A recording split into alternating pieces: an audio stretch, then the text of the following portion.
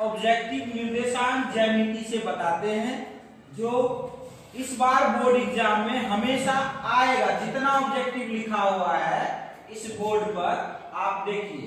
सबसे पहले ये देखिए एक्स अक्ष हमने खींच लिया और ये वाई अक्ष हमने खींचा। ये 4 भाग में बटा हुआ है। पहला पाद, दूसरा पाद, तीसरा पाद, चौथा पाद। इधर वाला देखिए ये पहला पाद है जो कि प्लस प्लस, इसको भुज करते हैं, इसको कोटि करते हैं। पहला पाद भी प्लस, दूसरा पाद भी प्लस। आप हमेशा याद रखोगे कि निर्देशांक x, y, x भुज कहलाएगा, y कोटि कहलाएगा। तो हम समझा रहे थे पहला पाद में दोनों प्लस, भुज भी प्लस, कोटि भी प्लस। इसका मतलब प्लस प्लस जो आएगा वो हमेशा पहला चतुर्थांश में आएगा। माइनस प्लस जो आएगा वो दूसरा में आएगा। माइनस माइनस जो आएगा वो तीसरा पाद में आएगा। और प्लस माइनस आएगा वो चौथा पाद में आएगा। आइए हम क्वेश्चंस को समझते हैं।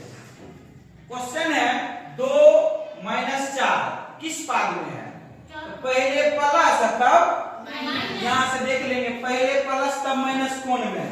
पहले प्लस तब माइनस कौन में है? चौथा में। तो हम याद रखेंगे तो हमारा क्वेश्चन बन जाएगा कि ये चौथा पाद में है। इसी तरह पूछा -1 - 5 कौन पाद में है? तो देखेंगे दोनों माइनस है, तो दोनों माइनस कौन में है? तीसरा में है। इसका मतलब ये तीसरा पाद में है। फिर पूछेगा 4, 0 किस पाद में है? तो 4 भी प्लस है, 0 भी क्या है? प्लस है। तो दोनों प्लस कौन में है? पहला में। इसका मतलब पहला पाद आंसर हो गया इसका। फिर पूछेगा -5, 4 किस पाद में है? तो माइनस पहले है तब प्लस, तो पहले माइनस कौन में है? खोजिए। पहले माइनस है तब दूसरा, तो ये दूसरा पाद में। कितना क्वेश्चन हुआ? 1, 2, 3, 4। इस 4 क्वेश्चन में केवल डिजिट बदलेगा, चिन्ह नहीं बदलेगा। चारों का चारों ऑब्जेक्टिव में रहेगा। आप लोग बना लीजिएगा। इधर आइए, हमने बताया कि x अक्ष पर जो मान होगा वो x का मान होगा, x भुज कहलाता है।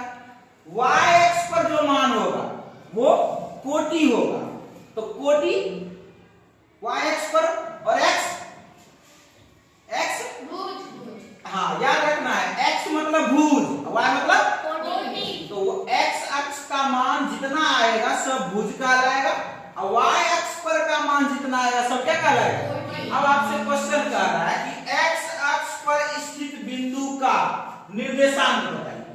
तो x अक्ष पर कोई बिंदु है, मान लीजिए यहाँ पर बिंदु है, ये 5 है, तो x का मान 5 हुआ, तो y नहीं कुछ हुआ, तो y क्या होगा? 0 होगा। तो x अक्ष पर जो मान होगा, मान लीजिए x अक्ष पर 5 मान है, तो y नहीं है तो y 0। ये पूछा भी यही है कि x अक्ष पर स्थित बिंदु का निर्देशांक, तो x का तो मान होगा ही, तो x होगा और y नियामक क्या होगा? 0 होगा। इसीलिए हम लोग कहेंगे, याद रखेंगे कि x अक्ष पर स्थित बिंदु का निर्देशांक x, 0 होता है, यानी भुज होता है x और कोटि होता है 0। इसी तरह y अक्ष पर स्थित बिंदु का निर्देशांक अगर पूछेगा तो y अक्ष ये वाला है, इस पर कोई बिंदु स्थित है, यहाँ पर मान लीजिए 4 है, तो y का मान 4, लेकिन x क्या हो जाएगा? तब 0 हो जाएगा। इसीलिए हम लोग कहेंगे y अक्ष पर स्थित बिंदु का निर्देशांक x तो 0 होगा और y का मान रहेगा, इसीलिए इसका निर्देशांक होगा 0, y। अब आइए, अब आपको दिख रहा है कि ये x अक्ष का रेखाखंड है, ये y अक्ष का रेखाखंड है, तो दोनों कहाँ मिल गया है? एक ही बिंदु पर। इस बिंदु का नाम है मूल बिंदु। क्या नाम है? जहां पर x का भी मान 0 होता है और y का भी मान 0 होता है। इसीलिए हम लोग कहेंगे कि मूल बिंदु का जो निर्देशांक होगा वो 0, 0 होगा। इसलिए हम लिखे हैं मूल बिंदु का निर्देशांक 0, 0 होगा। ठीक है। अब आइए एक क्वेश्चन और पूछता है, जैसे कि पूछ देगा 2, 3 में भुज बताइए। हमने आपको सिखाया कि पहला भुज होता है, दूसरा इस तरह का कुछ भी पूछेगा 2, 3 -4, 5 -8, -7 तो पहले वाला भुज और दूसरा वाला कोटि। तो यहाँ लिखा हुआ है 2, तो 2 हो गया भुज यानी भुज का मान 2। यहाँ लिखा हुआ 3, तो 3 हो गया कोटि, कोटि का मान कितना। अब गिन लीजिए कि 2 सवाल हुआ, तो 2 सवाल ये 3, ये 4 और ये 5, तो अब 9 सवाल हो गया। हम आपको 8 ही सवाल बोल रहे थे, एक भुज पूछेगा दूसरा कोटि पूछेगा। ये हो गया मूल बिंदु का निर्देशांक, तो 0 0। y अक्ष पर स्थित बिंदु का निर्देशांक, तो 0, y। x अक्ष पर स्थित बिंदु का निर्देशांक, तो x, 0। तो 5 सवाल इधर हो गया और 4 सवाल, तो कितना हुआ 9 नंबर। तो 9 नंबर मुफ्त का नंबर हुआ। इतना डाटा अगर आप याद रखेंगे, स्क्रीनशॉट ले लीजिए बढ़िया से, इतना डाटा याद रहेगा। एग्जाम से एक दिन पहले इसको खोलिए, 9 नंबर ले लीजिए। तो कितना भी कमजोर बच्चा रहेगा, कितना भी जो एक दिन भी नहीं पढ़ेगा, ये वीडियो देख करके एक दिन पहले जाएगा, आराम से 9 नंबर ले लेगा। पास करने के लिए आपको चाहिए 30 नंबर, 9 नंबर आपको पहले ही आ गया एक ही वीडियो देखने से, आया ना। ठीक, दूसरा ऑब्जेक्टिव सीखते हैं। इससे पहले आपको हमने 9 ऑब्जेक्टिव बताया था। आइए दूरी सूत्र के बारे में जानते हैं। सबसे पहला सवाल, दूरी निकालिए। 2 नंबर में पूछा जाता है, लेकिन ऑब्जेक्टिव के लिए आपको इसका फॉर्मूला याद रखना जरूरी है। डिस्टेंस फॉर्मूला, दूरी सूत्र। P एक बिंदु है जिसका निर्देशांक है x1, y1। एक बिंदु Q है जिसका निर्देशांक है x2, y2। अब PQ का दूरी होता है, दूरी बराबर याद रखना है आपको, √x2 - x1 का होल स्क्वायर जो y2 - y1 का होल स्क्वायर। या चाहे आप x1 में से भी x2 को माइनस कर सकते हैं, y1 में से भी y2 को माइनस कर सकते हैं। तो हमारा फॉर्मूला बनेगा PQ का दूरी बराबर √, यानी स्क्वायर रूट x2 - x1 का होल स्क्वायर, यानी भुज में से भुज को माइनस करेंगे, इसका स्क्वायर करेंगे, जो y2 - y1 का होल स्क्वायर, अर्थात कोटि में से कोटि को माइनस करेंगे, इसका होल स्क्वायर करेंगे। तो याद रहेगा फॉर्मूला, दूरी सूत्र। PQ का दूरी बराबर √x2 - x1 का होल स्क्वायर जो y2 - y1 का होल स्क्वायर। चलिए इसी बिंदु PQ, P तथा Q के मध्य बिंदु का निर्देशांक अगर पूछ दे, इसके लिए क्या फॉर्मूला है। तो P और Q के मध्य बिंदु, तो यहाँ पर मध्य बिंदु होगा मान लीजिए, इसका निर्देशांक पूछे, अर्थात PQ के मध्य बिंदु का निर्देशांक बराबर x1 जोड़ x2/2। आप याद रखोगे x1 + x2/2, यानी भुज में भुज को जोड़ना है। x1 में किसको जोड़ना है, x2 को बटे 2, फिर y1 में किसको जोड़ना है, y2 को बटे 2, अर्थात भुज प्लस भुज बटे 2, कोटि प्लस कोटि बटे 2।